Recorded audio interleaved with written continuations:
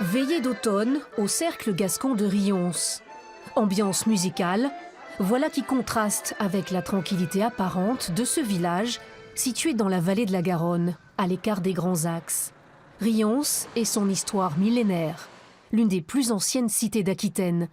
Au fil du temps, la commune a perdu ses commerces florissants, sauf son café qui vient de retrouver une nouvelle jeunesse, le cercle populaire, un lieu à part.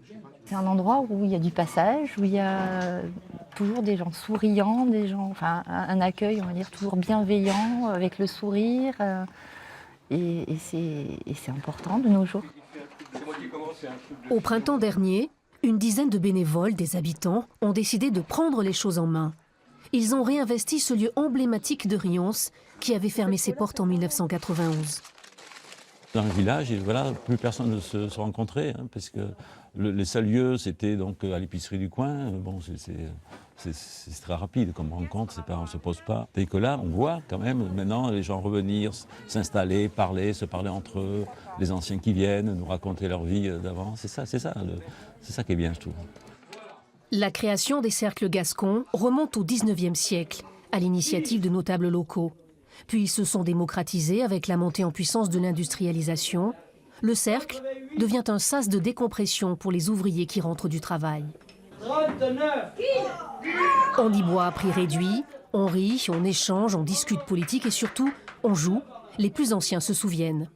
Ici, il y avait un billard et ils se levaient de l'endroit où ils buvaient et puis ils venaient tirer une boule, deux boules. Malgré cette époque où c'était des personnes âgées, c'était quand même ouvert depuis le matin 8h jusqu'au soir 10h ou 11h. Avec l'exode rural, tous ces cafés associatifs ont fini par péricliter les uns après les autres. Sans l'aide des collectivités locales et surtout la détermination de ses habitants, celui de Rions n'aurait pas pu fonctionner à nouveau. Pour cette soirée bourru-châtaigne, Patrice, le bricoleur, est l'homme de la situation. J'ai vu ça sur Internet, plutôt que de prendre les poêles, faire un tambour. Donc apparemment ça marche bien. Donc voilà, je vais peut-être faire breveter l'invention. À l'intérieur, la musique bat son plein. L'association Azimut fait danser le public.